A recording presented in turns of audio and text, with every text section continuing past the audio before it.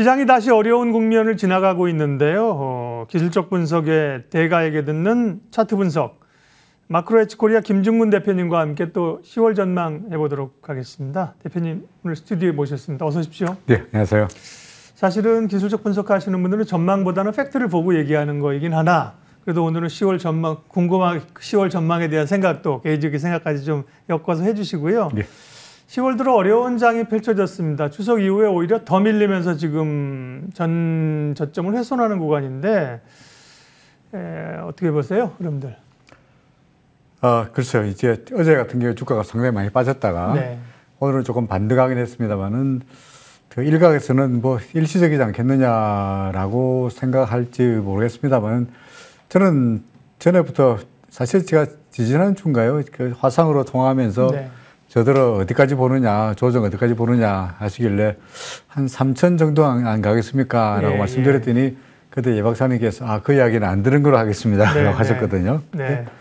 뭐 이제 3,030까지 갔으니까 그렇긴 합니다만은 사실은 목표치를 어디까지 정하는 건 아직은 좀 성급한 것 같고요. 네.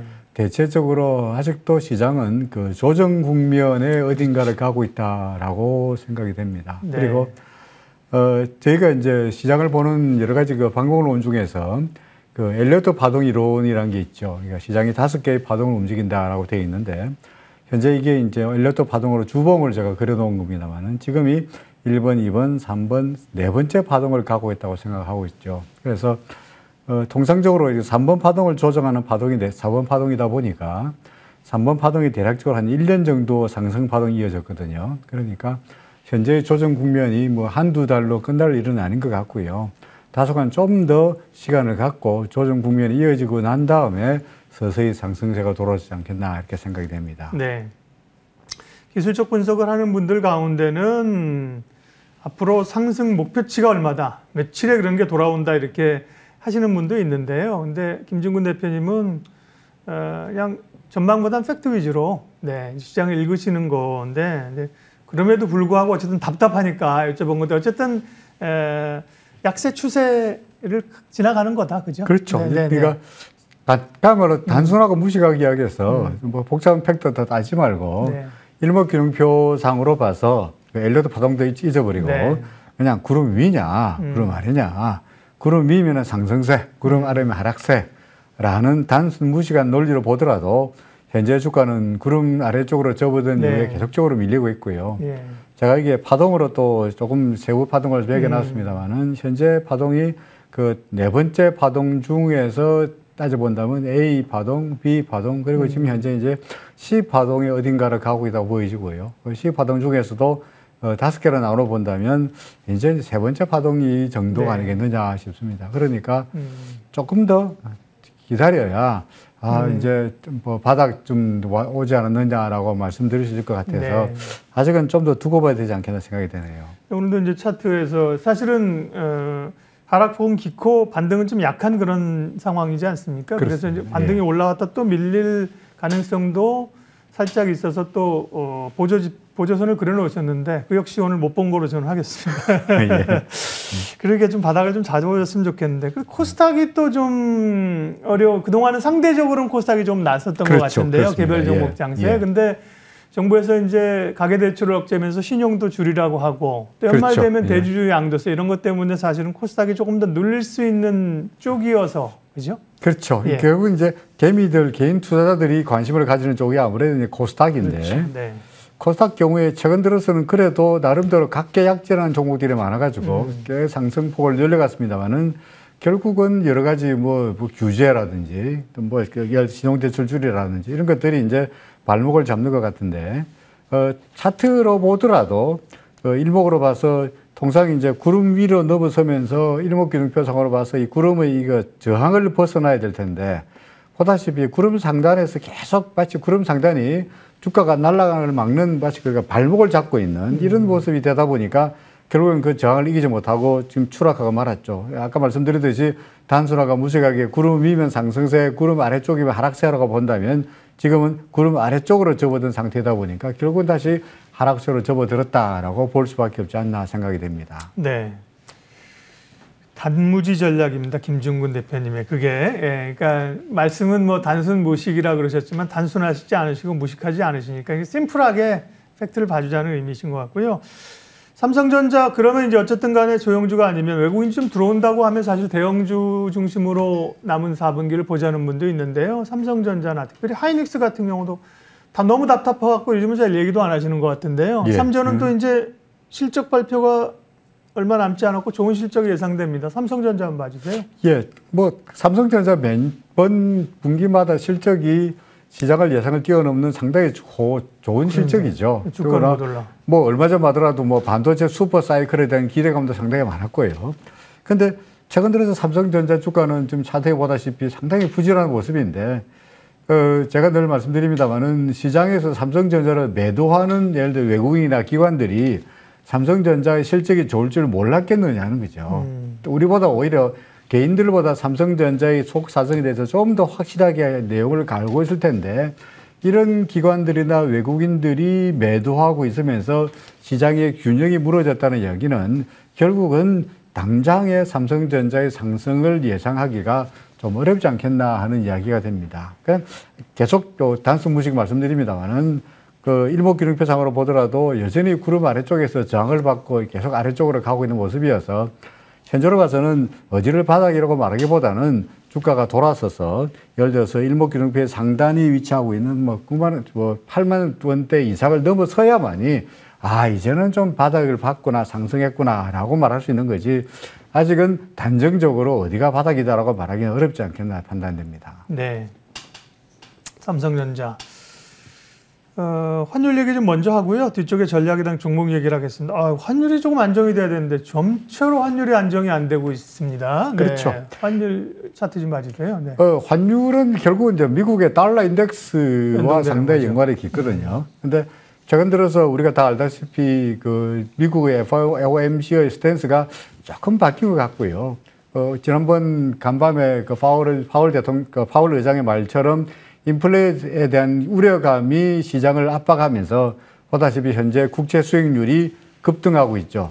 그야말로 일목균형표 구름 위로 올라와 있는 상승세로 돌아섰고요. 그러다 보니까 국채 수익 미국의 금리는 올라가다 보니까 달러 가치는 달러 인덱스는 올라갈 수밖에 없고 결국은 그것이 우리나라의 달러의 원화 환율의 상승에도 영향을 미친다라고 생각이 됩니다. 어제 같은 경우에는 달러 환율이 조금 밀렸는데요. 이거는 결국 이제 월말을 맞이해서 기업체의 그 내고 물량이 쏟아져 나왔다고 판단되고요. 네. 어제 오늘 기업체의 내고 물량을 소화하고 난다면 다시 다음 달 10월 1일부터는 다시 전반적인 달러 강세가 영향을 미쳐서 계속해서 달러가 위쪽으로 좀 올라가지 않겠냐라고 생각되는데 다만 위쪽으로 올라가더라도 우리나라의 펀더멘털로 보더라도 한 1,200원 이상은 좀 힘들 것 같아서 뭐 그런 정도까지는 아직은 위를 좀 열어놔야 되겠다라고 생각이 됩니다. 네. 월말 내고 물량이란 기업들이 물건을 팔고 받은 달러를 이제 팔고 원화로 바꾸는 그런 그렇죠. 기업체의 달러 수출 물량의 달러 매도 물량이죠. 네네. 예. 그렇지만 어쨌든 간에 그러게요. 쉽게 방향을 잡지를 못하는 상황들이고요.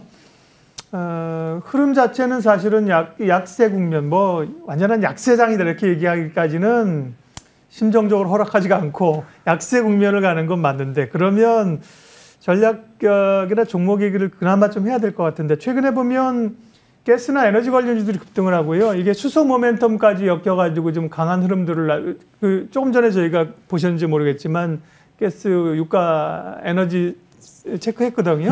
그런 점에서 보면 에너지 관련주 괜찮게 보세요? 네, 그렇습니다. 예를 들어서 천연가스, 뭐 저도 차트를 준비했습니다만 천연가스 차트 계속적으로 상승세이거든요. 그러다 보니까 뭐 천연가스뿐만 아니고 최근 들어서 원자재들 뭐 원유라든지 천연가스라든지 동이라든지 철광석이라든지 또는 심지어 설탕, 커피까지 원자재 가격들이 계속적으로 경기 회복에 따르는 기대감으로 상승하고 있다 보니까 천연가스가 이렇게 상승한다면 관련주이든 예를 들어서 뭐 한국가스공사라든지 뭐 이런 종목들의 추가적인 상승도 예상할 수 있지 않겠나 생각됩니다. 그러니까 한국가스공사 같은 이런 가스 관련주의 매수는 뭐 아직도 괜찮아 보인다고 말씀드릴 수 있겠고요.